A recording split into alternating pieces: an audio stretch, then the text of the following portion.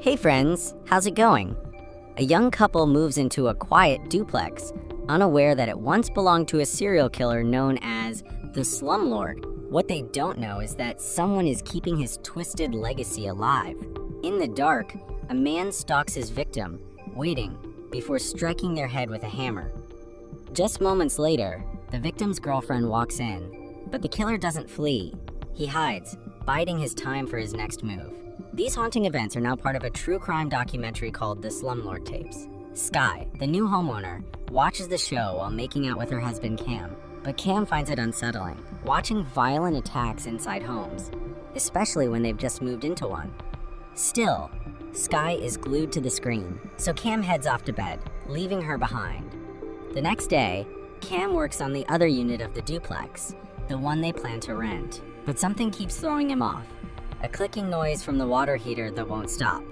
That afternoon, Sky's sister, Carolyn, arrives to stay with them for a while. They show her around and bring her to the apartment where Cam is working.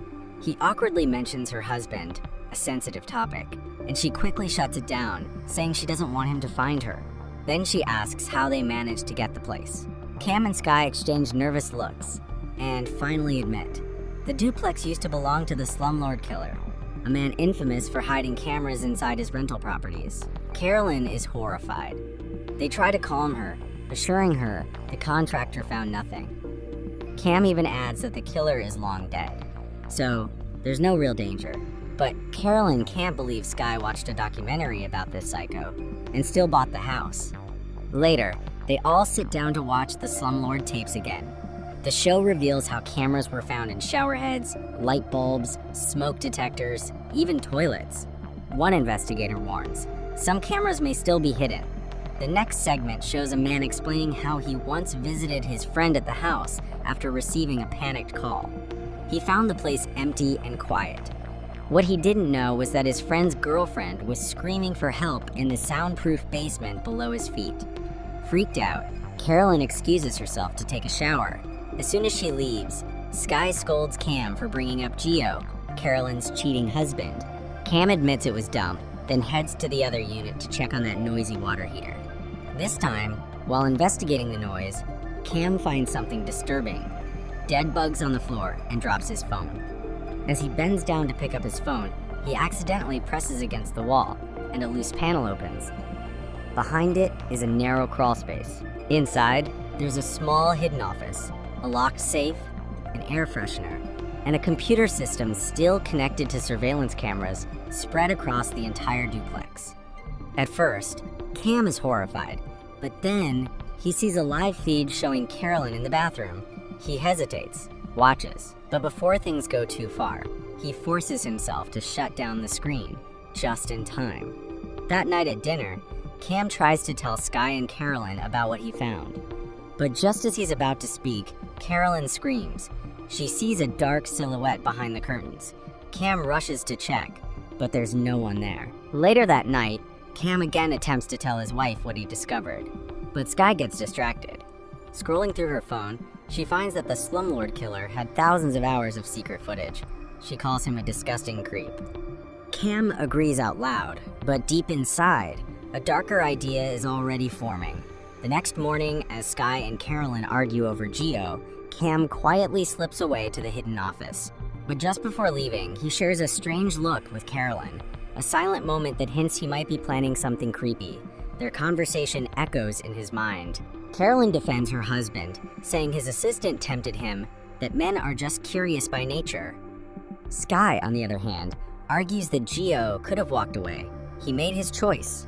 But what neither of them realizes is that Cam is secretly watching their entire conversation unfold through the live camera feeds. He rewinds the footage back to Carolyn in the shower. He watches in silence, a sick obsession flickering in his eyes. He gets lost in it until the air freshener hisses, jolting him back to reality. Ashamed, Cam looks away, but the guilt doesn't last long. Because now, he reviews the shower feed once more and quietly confirms every detail is visible. With the rental unit finally fixed up, the couple begins interviewing potential tenants. Cam remains disinterested when the applicants are men. But as soon as two young college women show interest in the place, he suddenly lights up. Later, Sky expresses concern, pointing out that the girls have no credit score, no stable jobs, and might end up being loud or reckless tenants. But Cam disagrees. He subtly hints that renting to male tenants could be more dangerous, and reminds Sky how tough things were back when they were in college. He urges her to show some compassion to help these girls out. Then, trying to change the mood, he starts flirting, and they end up getting intimate. But while it happens, Cam keeps glancing over his shoulder, fully aware the cameras are rolling. Later that night, he watches the recording, but instead of pleasure, he's met with disgust. Watching himself and his wife through the hidden lenses feels wrong. Disturbing even. Days pass. Sky continues watching the slumlord tapes, completely absorbed in the killer's twisted history. She learns how he used to screw doors shut, trapping his victims inside. One segment features an interview with Claire, one of the rare survivors. Even after escaping, Claire lives in fear. Reporters and strangers constantly invade her life, obsessed with her trauma. The documentary also reveals that the slumlord's van was found completely burnt. Authorities believe he died in the fire, but there's no body, no proof. Worse, no one knows if other victims are still unaccounted for. This revelation sends chills down Sky's spine. She's no longer convinced that the killer is truly dead.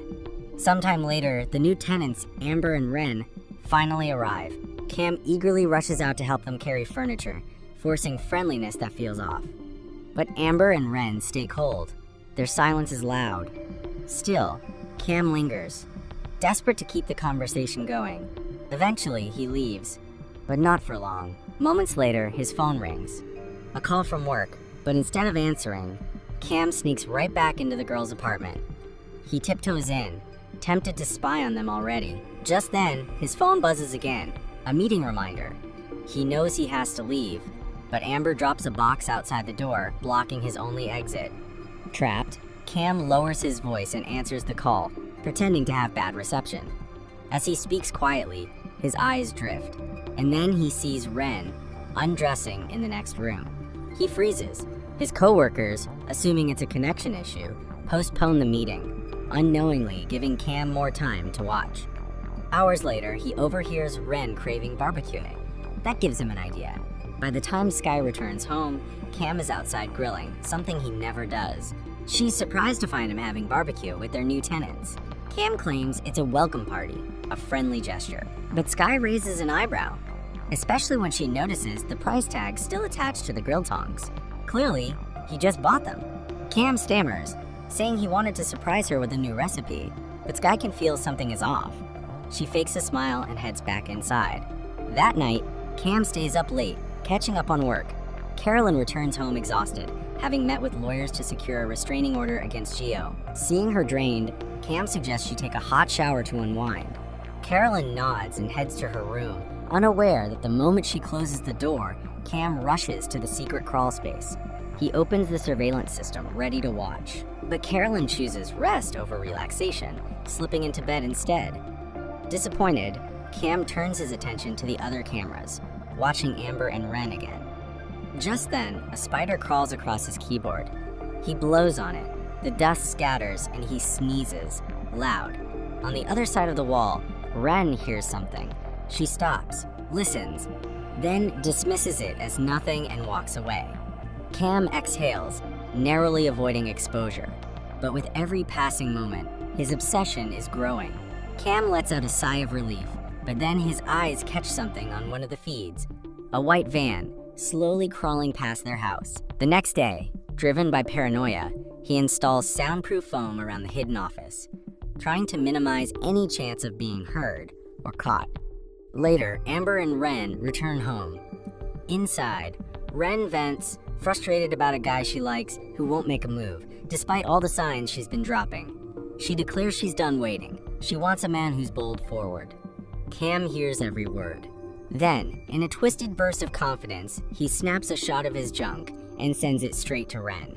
But instead of a flirty reply, her reaction is one of shock, disgust. She shows it to Amber, who laughs and says, "Looks pretty average to me." Realizing his mistake, Cam scrambles to fix it. He sends a follow-up message, claiming the photo was meant for his wife. Just an accident.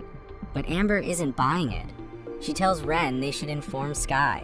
Now panicking, Cam sends another message, practically begging Ren to delete the photo and keep quiet. Seconds later, a reply. She agrees to stay silent. Cam exhales, narrowly dodging disaster again. Later that evening, he finds Sky hunched over a pile of documents, her eyes glued to files about the slumlord killer. She tells him she spotted a white van outside, the same kind the killer used. That unsettling sight pushed her to dig deeper, searching public records. What she found was worse than she expected. The authorities never confirmed the killer's death. The van was so badly burned, there were no remains. No body, no proof. The slumlord killer might still be alive. Cam brushes it off, saying that even if he was alive, he wouldn't come back to a house where everyone knows his story. But even as he says it, a thought hits him. What if the killer's real motive for returning is the safe in the secret crawlspace? Later, Sky returns to the documentary and resumes Claire's interview. She recalls how the slumlord, her landlord, used to linger during their chats, visiting more often than he needed to. Watching from behind the camera wall, Cam doesn't notice he's mirroring the exact same behavior. He quietly enters the girls' unit again, their apartment empty, until it's not. Amber returns, catching him near the door. She's furious, demanding to know why he's inside without permission. Cam fumbles for an excuse, claiming there was a water heater issue, which the two units shared. Amber isn't having it. She firmly reminds him he needs to ask before stepping into their home. Embarrassed, Cam apologizes and backs away. But as he steps outside, he sees it again. The white van, parked right across the street. Cam rushes to confront the driver, but the van suddenly speeds off before he can reach it. That night, while Cam prepares dinner, Sky gets a message. Her face drops. It's from one of the tenants, complaining that Cam is making them feel uncomfortable. When confronted, Cam tries to laugh it off, claiming people are being too sensitive, and he was just trying to be friendly. But Sky isn't amused. She scolds him for getting too close to the college girls. Cam shrugs it off, joking about how everyone's overreacting, but the damage is done. Sky walks out, her appetite gone. Cam is left at the dinner table, alone, and growing more unstable by the hour. The next morning, Cam watches from a distance as Ren and Amber leave their apartment, backpacks loaded with camping gear. As soon as they're gone, he slips inside. Once again, he heads to the hidden office, checking the external camera feeds. What he finds sends chills down his spine. The white van, the same one that's been haunting their street, hasn't just passed by once. It's been circling multiple times. Then, he notices something worse. On one of the recordings, the van's driver shines a green laser directly at the outdoor camera, intentionally blinding the lens. Whoever's behind the wheel knows exactly where the cameras are. Just then, another screen catches his attention. Sky, inside the house, is searching the place top to bottom. She's suspicious, and getting closer. And then, she finds it, a camera, hidden in her sister's bathroom. Cam freezes. He rushes to her side and tries to downplay it, saying it could be anything. But Sky isn't buying it. She knows exactly what it is, and she's ready to report it. Panic creeps into Cam's face. If that camera's turned in, everything could come crashing down. But before he can stop her, Carolyn bursts into the room. Pale, shaken. She's received threatening messages. She's convinced Gio has found her. Sky immediately urges everyone to leave the house, just for the night, to be safe. And Carolyn was right. That evening, Gio shows up. He pounds on the door, yelling for his wife, demanding answers. But then, a green laser beam dances across his chest. He stops, follows the light. Before he can even react, BAM! A hammer crashes into his face. He collapses to the ground. Dead! The slumlord killer has returned. Later that night, the group comes home, unaware that a murder just happened, steps from their door. Cam heads to the surveillance room and checks the cameras. One of them, the one facing the door, is useless. The green light blurred the footage. But in the background, behind the distortion, Cam sees movement. Someone installing something at their doorstep. Just then, Gio appears on screen. Cam quickly flips to the driveway feed, and what he sees makes his blood run cold. Gio's body, being dragged away by a masked man. Cam stumbles back, gasping. It's real. The slumlord killer is alive, and he's here.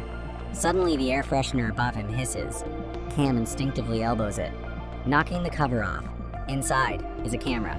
He's been watched this whole time. Fear grips him. He doesn't sleep that night. By morning, Skye is up and packing the hidden device she found. She's determined to hand it over as evidence. Wanting to calm her, Cam pretends to believe her theory, that the slumlord killer is still alive. Skye softens, relieved that her husband is finally listening. Cam hesitates. He wants to confess about everything, but he doesn't. Once everyone leaves, Cam makes a move of his own. He returns to the hidden room, sits at the desk, and types out a message to the killer. He invites him to meet inside the apartment. Soon the slumlord killer walks into the apartment. Cam stands ready, phone in hand, prepared to call for help if anything goes wrong. He tells the man he can take what he came for, head downstairs, and leave them alone for good. In return, Cam promises to destroy any evidence left behind. Without a word, the killer nods and leads Cam into the hidden room. There, he unlocks his safe, revealing dozens of keys, each one belonging to a different house he's rigged with hidden cameras. He looks at Cam again, silently confirming their deal. But just as they're about to leave, Ren returns, unexpectedly. She blocks the hallway. Cam panics. If she screams, the killer might strike again. He rushes out, trying to stop her, but the moment she sees him crawling out of the closet, she recoils in horror. Cam begs her to go, swearing he'll explain everything if she just leaves now. Before he can say more, the killer steps out from behind and knocks them both out. Hours later, Cam wakes up, gagged and tied in the secret room. Through the monitors, he sees Ren, unconscious and bound in the living room, while the killer packs up her belongings to stage her disappearance. When Ren comes to, she struggles toward the front door, trying to escape, but her restraints slow her down. The killer catches her and kills her, all while Cam watches helplessly, screaming behind the gag. At that moment, Skye returns home. The killer spots her. Inside, she casually prepares popcorn, unaware of the horror lurking nearby. When she hears a faint sound at the front door, she checks. Nothing. She returns, only to find her popcorn burning. Skye rushes to open the front door to release the smoke, but it won't budge. A screw driven into the frame. Her eyes widen. He's inside. Panicking, she grabs a knife, but the killer appears and pins her to the table. Cam watches in terror as the killer raises his hammer. Skye twists away, dodging the blow, then kicks him off and slams a pot into his head. But he recovers quickly and manages to bind her hands. With Skye restrained, the killer turns to the camera, staring directly at Cam, knowing he's watching. He packs Skye's bag, trying to make it look like she left on her own. As he removes the screw from the door to take her, Carolyn suddenly appears. She smashes a pot against the killer's head, but he retaliates with a drill, injuring her badly. Skye watches, still tied, as her sister gasps for breath. Desperate, Skye grabs the same screw the killer removed and tears through her bindings. She breaks free and tackles the man to the ground. Then, with the drill in hand, she drives it into his eyes, again and again, until he finally stops moving. The nightmare is over. The slumlord killer is dead. Later, Skye appears as a guest on the very documentary she used to watch. She's thankful it's finally over, but her voice trembles as she says they never found Cam. She assumes he disappeared, or worse. What she doesn't know is that Cam is still alive, gagged, bound, and trapped inside the secret room. And the soundproof foam he once installed to cover his tracks is now the very thing silencing his screams. If you're new and enjoyed this recap, make sure to give a thumbs up, and I'll see you in the next one. See you later.